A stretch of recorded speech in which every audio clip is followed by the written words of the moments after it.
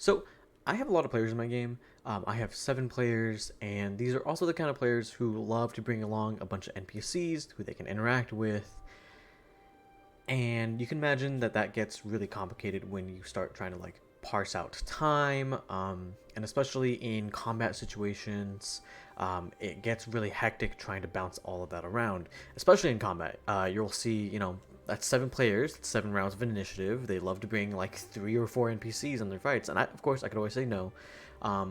But I try my best to kind of like roll with the punches as best as possible. If I really think it's impossible, I'll say no. But so that's already like 10, 11, 12 rounds or like turns in initiative without even considering the enemies who I might have hordes, I might have multiple lieutenants, I might have a big boss in there. There might be a, like layer turn as well. And that starts just getting very, very complicated. So I've kind of been in a need recently to put stuff together for the sake of speeding up a few processes. That's one of my problems. The other thing is loot. So there's a lot of resources online for loot that I use. I love using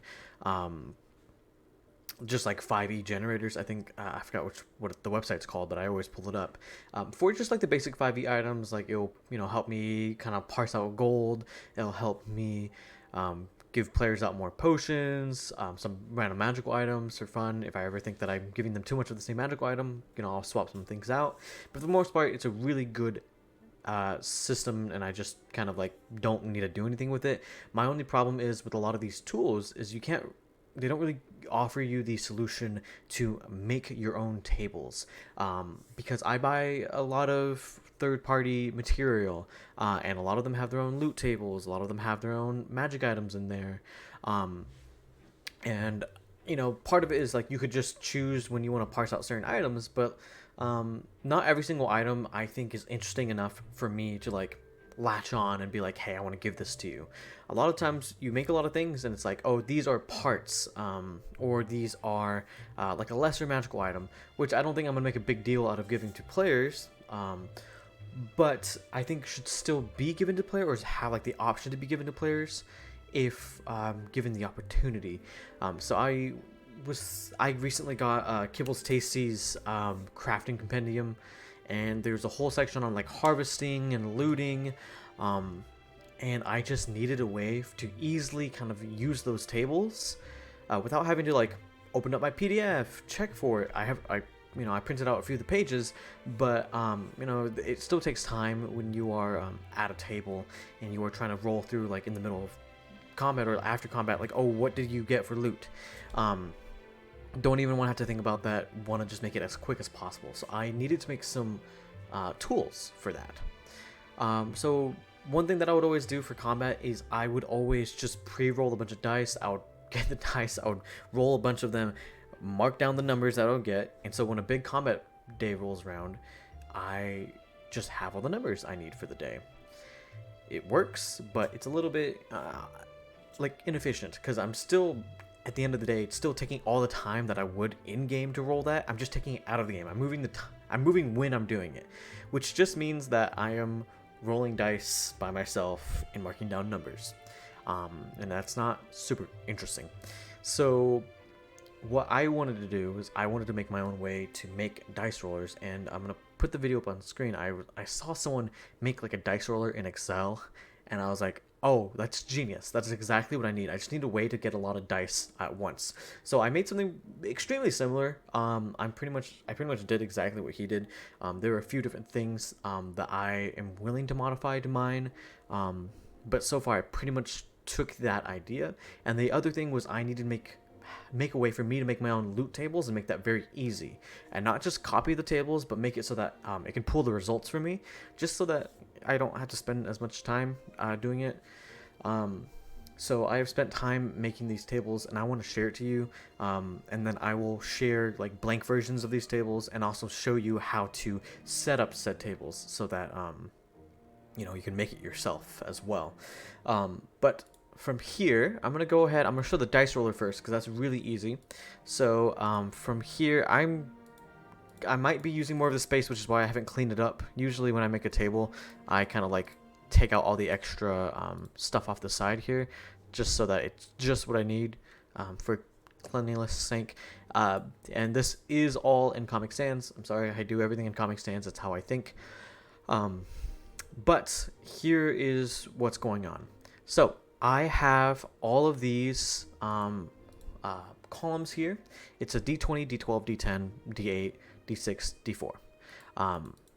So what those are is obviously just the dice, and then down here is just randomly generated numbers from 1 to 20. So that's a D20, D12, D10, and so on. And whenever I set these up with a random between function here on the spreadsheet, and so it will just go from 1 to 20. Same thing here, 1 to 12, 1 to 10, 1 to 8, 1 to 6, 1 to 4.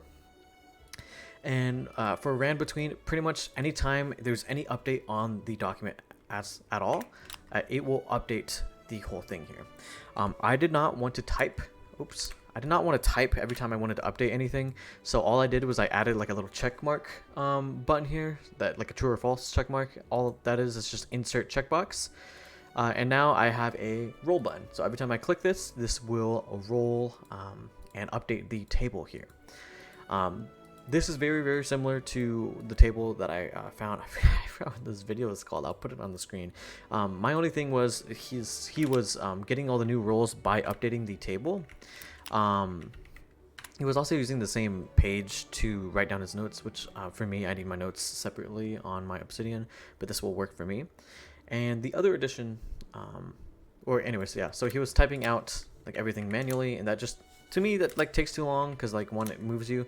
I'd rather just, like if I'm on my laptop, just very easily click that and it'll update everything.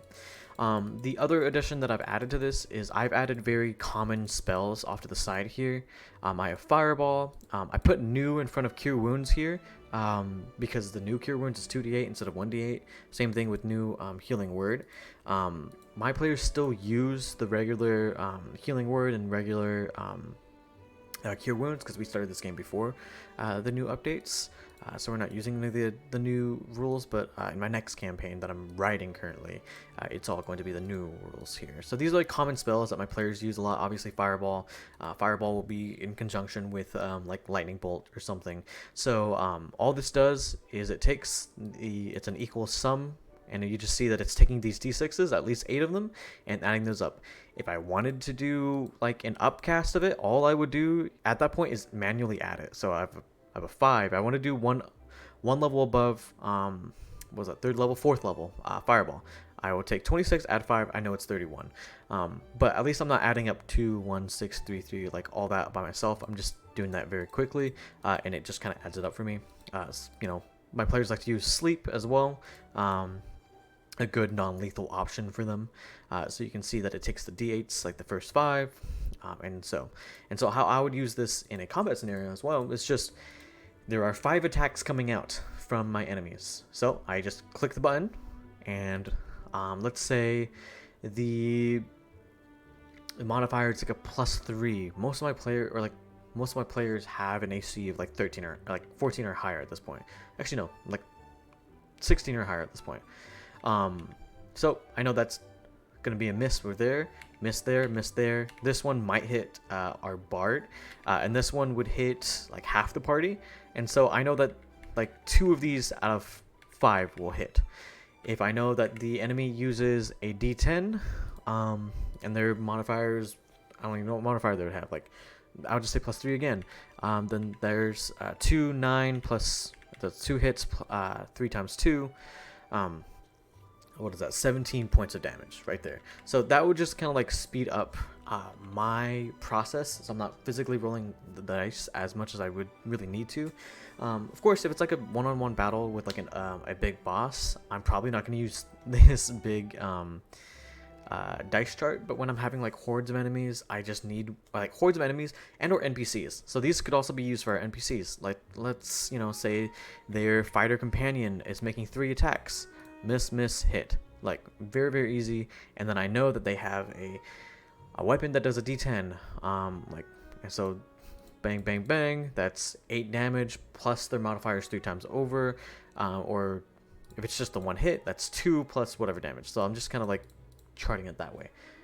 That is a very, very simple way to look at that one. And then I will go ahead and I will show the item sheet. I've only made one, but I like how it works. So I'm going to go over just on the top here, go to my item sheet. I'm not going to show an actual page from Kibbles Tasty, but this is the exotic harvesting part of Kibbles Tasty. My big thing was whenever someone was like, what do I get for loot? I tried to like whip out, because I had a physical copy of it as well, and so I would try to like whip it out and like look for it, and it kind of took forever to like pin that. Of course I could like tab the pages if I really wanted to, but it just wasn't really working for what I needed. So same thing here. I don't need to write down the roll button. I know this is the roll button, but here is a D100 right here. So this is a D100 for just my loot tables. If for whatever reason your loot table uses a different dice, you could change this easily from 100 to 20, or if you're using like a unique dice like a 30 or something, sure thing. Same thing, every time something gets updated, that number will change here. And the main thing that I have here is I have all these tables. So with the book, it separates the CRs. So if you're looting a CR creature, say a dragon, giant, or monstrosity, from 0 to 4, these are what you'll get based off the D100 rules. And then 5 to 10, 11 to 16, and then 17 plus here. So I have all these tables here. I click the button, and what does it do is it goes to this loot table at the top here, and it will populate these areas here with the corresponding text on these tables on the bottom. That way, if anyone ever asks me, hey, like, what do you get for loot? I just like, they kill 3 or like 4 enemies, bang, bang, bang, bang, bang. Like, I know how many they get. Obviously, I'm not going that fast. I'm like, okay, do it once. This is a CR5 creature, and you guys just fought a construct, 1d6 fancy parts. Next, uncommon arcane essence, 1d4 fancy parts, fancy parts. So those would be the 4 there. And so how this works is it's a different function, and I'll go over it real quick. I don't honestly know if this is the correct way to do it. I was just up till like 4 a.m. one day. I was like, how do I possibly put this together? And it was so much easier than I thought it would be. But essentially, if you look at my little function here, it's an equal ifs. So all that is essentially if this, then this, and then if this, then this. So all this is it's reading all of these. It's reading A4, which is my D100 number right here. So if the D4 for 0 to 4, if it's above or equal to 81, so like right over here where it says 81, then it will equal C14, which is, or sorry, then it will just copy the text of C14. C14 is right here, common primal essence, and then from there it will say, then what's it called, if A4 is greater than or equal to 71, then C13. For whatever reason, this is the order that worked for me. I think I tried it in the reverse order and I just couldn't get it to work where it was like less than or equal to. So it starts with the highest number. So 81 is the highest number here, or highest starting number. So essentially if it's bigger than that, which will be from 81 to 100 or equal to, then it will be this. If it's equal to 71 or higher, it will be this. But essentially it takes priority of like whatever the first statement is. So the first statement is the 81. So that's going to be priority. Then there it's going to be the second highest, third highest, and then so on. If that doesn't necessarily make sense, I left one blank just so I could do it one more time. But you're going to see all of these, it's all corresponding to the A4 here. So it's all dependent on this number right here. Again, probably an easier way to do this, but that's just what ended up working for me. I think it works for me. There's just one undead here. You see that some of them don't get loot if you hit these certain things, like you just don't get anything. For plants, I left the I left this one blank just so I could do it one more time, just so I can kind of show like how that works. So I'm gonna go if, so I'm gonna start typing in here, equal ifs, parentheses, and then it's gonna be A4 greater than or equal to, and then it starts with 81. Then it's going to be, then I put a comma there, then I just click there. It can be G14. I'll type it next time, but you can also click to choose like the one you want. and then comma, and then A4 equal to or less than, sorry, greater than or equal to 71, and then comma. Just gonna click it because honestly it's easier for me. I'm not very good at I'm not very good at Excel or like Google Sheets or anything. I've just kind of figured this out because I really wanted it to work. And I'm fairly certain there's like a better way to do it, but G12 would be the next one. But again, it works for me. It, you know, could be better obviously, but what am I gonna do? This is all I know how to do. So if someone knows a better way to kind of set this up, then please let me know. That would be awesome, because I am just winging it. But I think this works, and I will leave a link for like blank just blank tables so they can use them yourself. But you'll see now that if I hit this, it should be appropriate. So let's just roll to make sure that it's working accurately. So like 36, and let's say we are fighting a aberration of 11 to 16. Like, or in between CR 11 and 16. So it says uncommon psionic essence here. So if I go to my third table here, look for 36, where it would be right here. And if I go down to aberration, uncommon psionic essence. I think it's a little bit under where my camera was, but there it is, right there, 31, there, boom. So I just wanted to go ahead and include those because I have a lot of players, and I wanted a tool like this out there. So I'm putting a tool like this out there. Feel free to use it. This one is a very unstructured video. I just really wanted to put this together and show you. This is the only tables that I've gotten started for this whole thing. I am going to start working on more of the Kibbles Tasty stuff for myself, but I just wanted to share this part because I think this is cool. And I really needed this. So, feel free, click the links down below if you want to go ahead and use them. Whenever you are using a Google Drive folder, for whatever reason you don't know, if you are finding someone else's link, just go to File, make a copy. But yeah, that's a very simple way or not simple. This took me forever to figure out. I felt really dumb once I did figure it out. But this is a very quick way for me to just like get loot quickly. And you can probably use this table for other things too. Maybe encounter tables, you probably could do this as well. I don't see the use in doing it in encounter tables because you're probably doing it like right before your session. This is something I would need for a session in the moment. But if you're ever doing something random, this is like a way that you can kind of set it up. But if anyone knows a better way to do these functions, please, dear God, tell me. Oh, and another thing, I would love if anyone knows how to do a function where it's like it doubles up the text, that would be great. Because what I want to do is I want to have like a number here. I want to have like, say I type in 2 and it will double make a 2d8 instead of d8. Not just a multiply, because if I just multiply, then you just like say if I multiplied 4, you get 8. That's not what I want. I want a 2d8 roll. If there's a way to do that, please let me know. If not, that's totally fine.